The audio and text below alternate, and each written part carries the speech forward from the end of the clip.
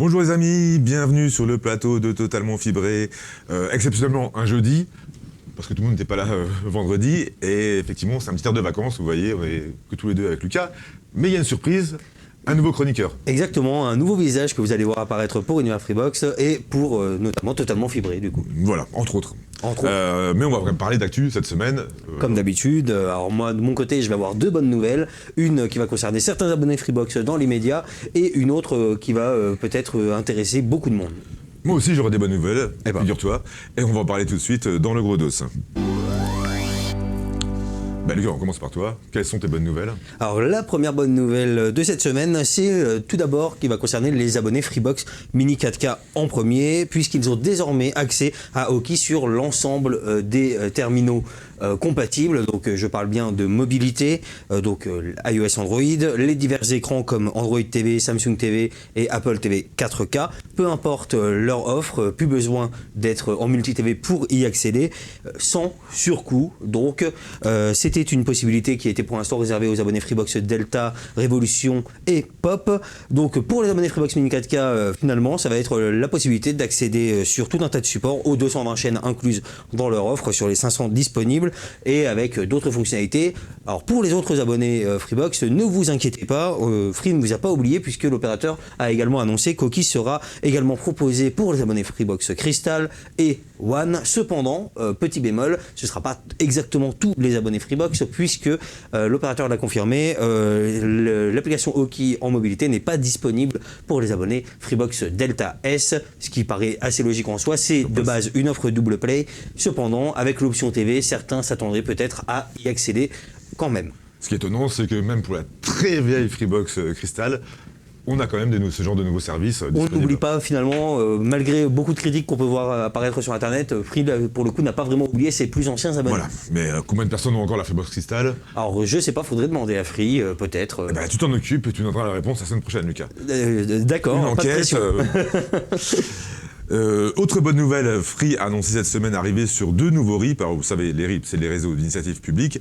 Donc ces offres fibres sont disponibles dans 2 RIP. Le premier qui est en Loire-Atlantique, c'est Fibre 44. Dès le lancement, il y a 7000 locaux qui sont accessibles à la fibre de Free. C'est 30% des locaux actuellement compatibles. À terme, en 2025, c'est 100% de ce réseau-là dont les locaux seront raccordés à la fibre. Ça représente 300 000 locaux, ce qui est assez conséquent. L'autre annonce qui a été faite, là, c'est un plus petit RIP, c'est un RIP qui compte 25 400 foyers en Essonne. Free l'a lancé et est disponible sur 7 communes pour le moment, mais d'ici la fin de l'été, il sera disponible sur l'intégralité des communes. Je vous épargne la liste des 7 communes. En tout cas, c'est l'agglomération Paris-Saclay. D'ailleurs, c'est autour de Saclay, voilà. D'ailleurs, Free va devoir être assez prudent. Paris-Saclay, c'est déjà échauffouré avec pas mal d'opérateurs, surtout SFR et XP Fibre, pour les mauvais traitements réservés à ces infrastructures fibres et au déploiement parfois réalisé dans de mauvaises conditions. L'agglomération a même porté plainte contre cet opérateur. Ouais, c'est important, Saclay, on le sait qu'il y a plein de centres de recherche, c'est un petit peu la Silicon Valley française. Un petit peu, et forcément, alors là tu avais dit quoi, à peu 24 500 prises voilà, surtout à terme. Sur ce petit réseau. C'est un petit réseau avec un petit opérateur d'infrastructure pour le coup avec lequel il a signé. Et pour les habitants de l'Essonne, notez que des adresses éligibles ont déjà été repérées, même s'il n'y a pas eu d'annonce officielle, sur le RIP Essonne numérique qui couvre une autre zone du département. Donc petit à petit, on aura de plus en plus d'annonces et forcément, Free doit même aller sur tous ces petits réseaux-là. Les plus gros sont déjà à couvert, donc les prochaines semaines, on aura sûrement l'annonce de plein de petits réseaux comme ça, mais il faut bien. Ce sera toujours une très bonne nouvelle pour les abonnés concernés, c'est sûr. On enchaîne tout de suite avec la vidéo de la semaine où nos vidéastes sont partis vous voir dans la rue justement pour vous poser une question simple. Est-ce que vous êtes satisfait de votre forfait mobile? Et si c'est pas le cas, qu'aimeriez-vous ajouter ou changer sur votre forfait? On part donc à votre rencontre avec Laurent. Bonjour les amis, comment allez-vous? Aujourd'hui on se retrouve sur une toute nouvelle vidéo où nous sommes en pleine ville, nous allons faire un micro-trottoir et poser des questions aux personnes que l'on croise. Première question, chez quel opérateur êtes-vous? Chez SFR. Free. SFR. Free. Bouygues. Moi je suis Orange. Ok, on a une team d'Orange. Free en même temps Laika. Et Laika, je l'utilise pour appeler au bled parce que ça me permet de mettre un peu de crédit, 5 €, 10 € pour appeler la famille, tu vois. Deuxième question, que voudriez-vous changer dans votre forfait? pas grand-chose. Non, je suis contente. J'ai pas de hors forfait. Non, je vois pas trop ce que je pourrais changer. Bah en vrai, franchement, ça va, j'ai tout en illimité, donc franchement, il n'y a pas grand-chose à changer. Hein. Une cliente satisfaite de prix, c'est parfait. Avoir plus de 4G. Bah Orange, je trouve que c'est un peu cher, mais le prix aussi, je pense. Mais ça va, je trouve que ça bug pas trop, ça va. Un peu moins cher aussi. Bah le prix, hein. Ouais, le prix. M'énerve surtout actuellement, vous êtes bien arrivé parce que j'ai un peu de la colère contre Free et ils me facturent trop bizarrement 2 fois. Donc ça m'énerve 2 fois, j'ai envie même de quitter 2 fois, mais bon, tu vois. Donc c'est en quelque sorte ça, quoi. Sinon ça va, ça marche bien quand même. Ils ont un bon réseau quand même, ça bug pas, il n'y a rien. Mais juste que la facturation, 2 fois c'est un peu exagéré, quoi, tu vois. C'est ça. Laurent, que vous avez pu découvrir dans la vidéo, mais qu'on va pouvoir découvrir de plus près tout à l'heure, qui est en stress complet dans les coulisses, parce que c'est son premier direct. Mais on lui fait confiance. On lui fait confiance. Par contre, s'il se plante, bah, ce sera sa dernière chronique. Sans pression du tout. Quant à nous, on continue avec le up and down, ce qui nous a plu ou pas cette semaine, c'est tout de suite. Et j'ai le regret de vous annoncer qu'un service peu utilisé, mais qui avait été lancé il y a une quinzaine d'années par Free, c'est le Ring Bang Tone. Est-ce que tu sais ce que c'est ? Alors moi, j'ai pas vraiment connu cette fonctionnalité, il faut l'avouer. Alors voilà, c'est un service qui était proposé sur la téléphonie fixe qui permettait de remplacer, quand on vous appelle, plutôt qu'il y ait un bip, bip, une sonnerie, on pouvait remplacer ça par une musique par exemple, ou par un message en disant je ne suis pas là, ou par... on a eu plein d'exemples. On en a certains qui ont même dit j'ai utilisé un son provenant de la gendarmerie pour plus être dérangé, ce genre de technique. Bon, C'était pourquoi assez pas. amusant, on peut mettre une musique qui nous plaisait ou des choses comme ça. Ce service s'arrête, visiblement il ne devait pas être très utilisé. Ceux qui ont installé le Ring Bang Tone y auront accès encore jusqu'au 30 septembre. Au 30 septembre. Mais le service n'est plus disponible si vous voulez C'est ça. l'installer. Si vous voulez l'essayer maintenant, c'est fini. Voilà, c'est fini donc. Voilà.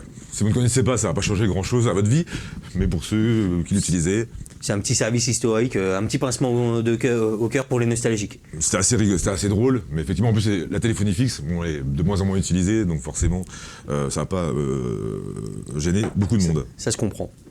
Et du coup, Lucas, pour une fois, toi, c'est un up cette semaine. Exactement, c'est une bonne nouvelle en tout cas pour tous ceux qui voudront découvrir plus de contenu puisque Canal+ brade ses chaînes sur VP jusqu'au 11 juillet. 2 offres sont proposées sur le site de e-commerce. Tout d'abord, une première offre à 9,99€ par mois pendant 2 ans qui vous propose l'accès à Canal+, Canal+ décalé, Canal+ Series, Canal+ Docs, Canal+ Kids et j'ai tout dit, et Canal+ grand écran. Alors c'est une offre avec engagement de 2 ans, ça tombe bien, la promo dure 2 ans.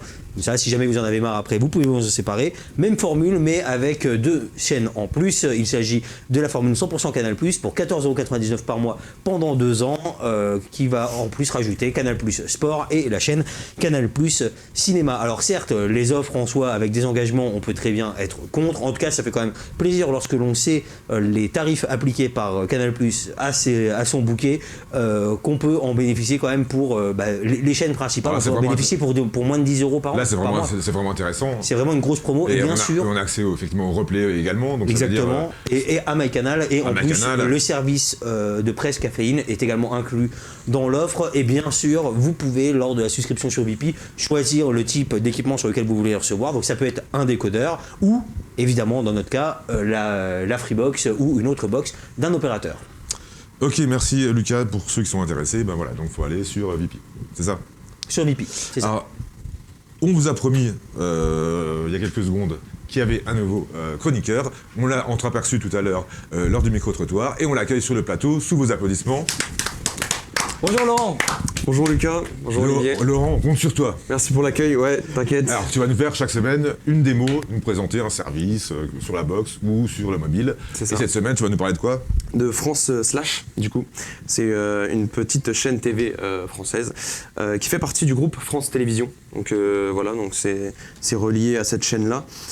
Et je vais vous montrer directement tout de suite comment accéder à cette petite chaîne. Qui est disponible sur toutes les Freebox. C'est ça, exactement. Alors, c'est une chaîne, quand tu parles de chaîne, c'est un service de streaming. Hein. C'est ça, ouais. C'est pas disponible en linéaire. Exactement, ouais. Donc du coup, quand vous arrivez sur cette interface, vous allez dans Replay, du coup vous êtes dans Pour vous. Vous partez dans Replay une fois dans Replay, vous voyez France TV, vous cliquez dans France TV. Une fois dans France TV, vous restez dans l'accueil, hop, vous descendez, il y a les petites actus, tout ça. Tac, On a il y toute les- la liste des chaînes. C'est ça. Et là, tout au bout, on a Slash qui se cache derrière. Voilà, c'est les bien autres caché. chaînes. C'est dommage que C'est Free ça. ne le mette pas plus en avant, parce que C'est c'est un vrai. service intéressant. Mais justement, Même moi, tu je le connaissais pas du coup. Alors c'est quel type de contenu quand même que nous propose Alors en fait, France le, Slash. le contenu qui est sur cette chaîne, c'est consacré à la jeunesse. Donc tout ce qui est, même pour les jeunes adultes. Hein, Donc c'est ado, c'est jeune tout. adulte. Voilà, c'est ça, ouais. Tout est. En fait, tout le monde peut regarder cette chaîne-là, c'est tout public. Et il y a beaucoup de contenu intéressant d'ailleurs sur cette chaîne. On a beaucoup de. Vous reconnaissez, je pense, cette personne qui est Yvick, hein, Mister V, alias Mister V sur YouTube. Je pense que tous les jeunes le connaissent. Qui a fait du coup un documentaire.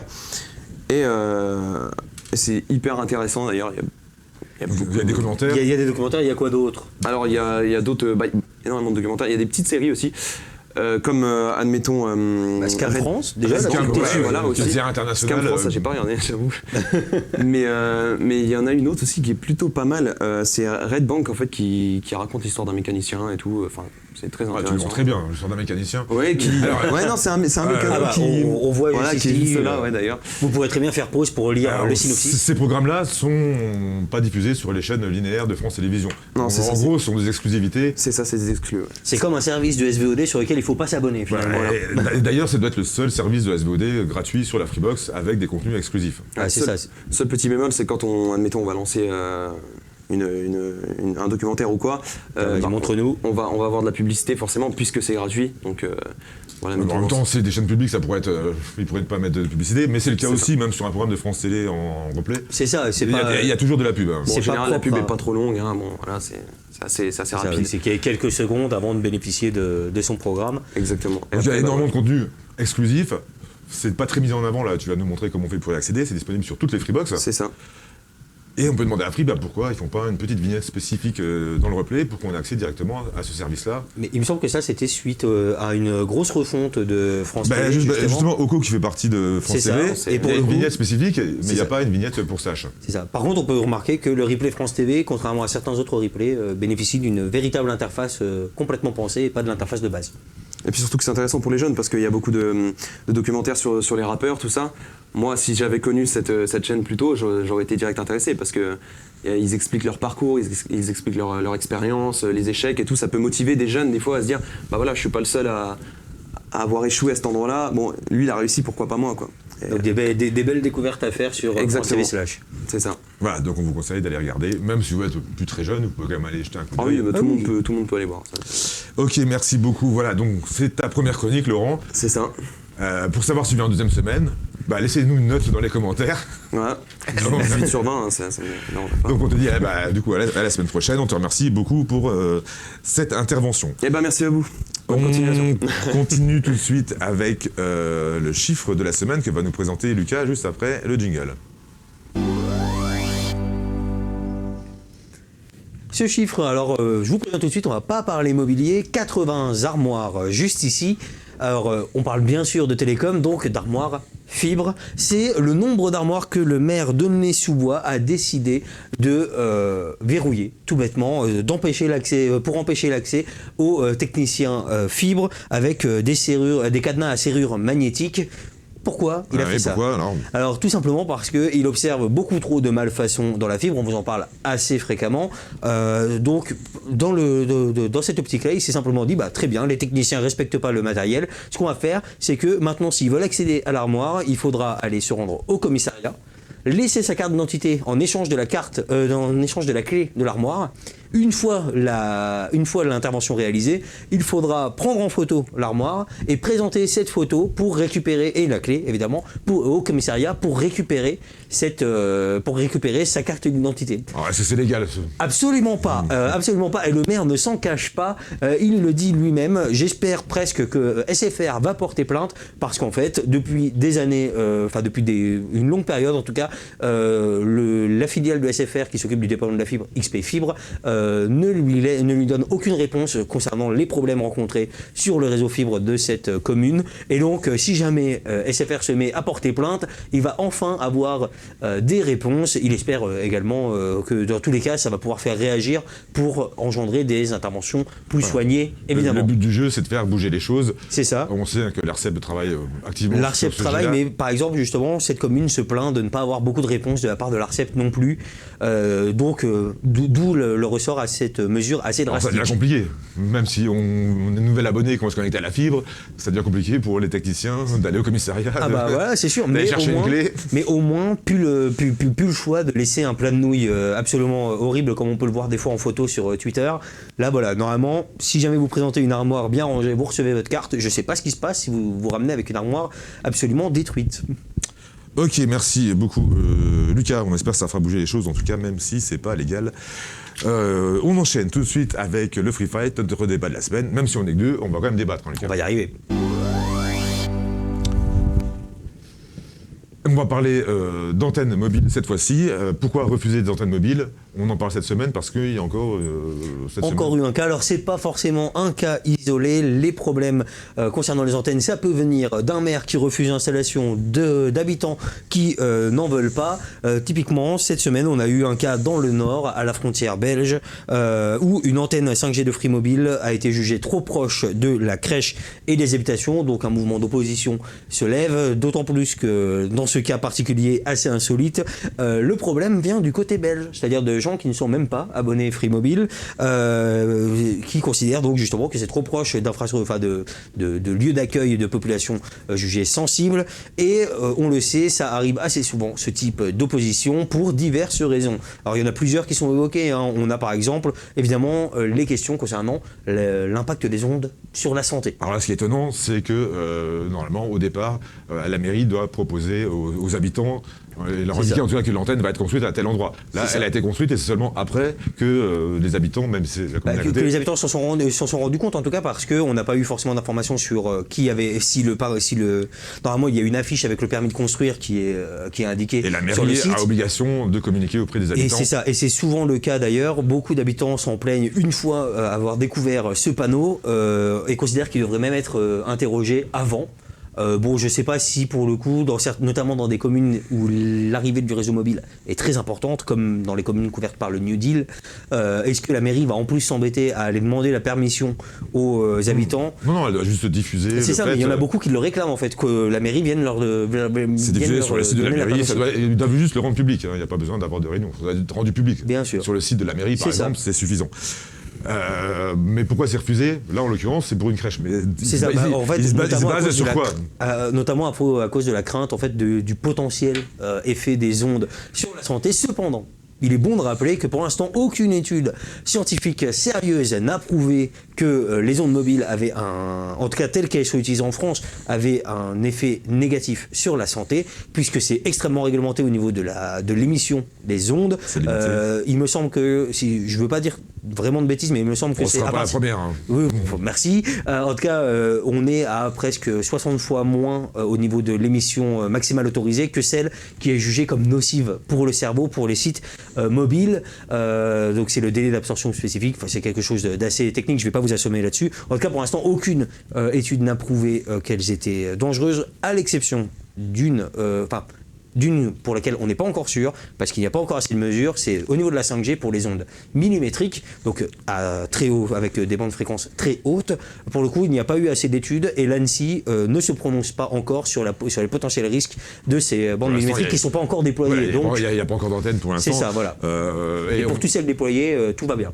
Et l'antenne, c'est pas ça qui diffuse le plus d'ondes, hein, c'est plus le téléphone que vous avez sur vous directement. C'est ça. Et même ceux-là sont extrêmement réglementés d'ailleurs. Alors là, ils ont refusé pour un problème de santé potentiel. C'est ça, mais il y a également d'autres. Voilà, souvent c'est aussi refusé parce que ça gâche la vue et que Alors ça fait baisser le prix des maisons. Par Exactement. Alors la dépréciation immobilière, ça peut plus ou moins se comprendre.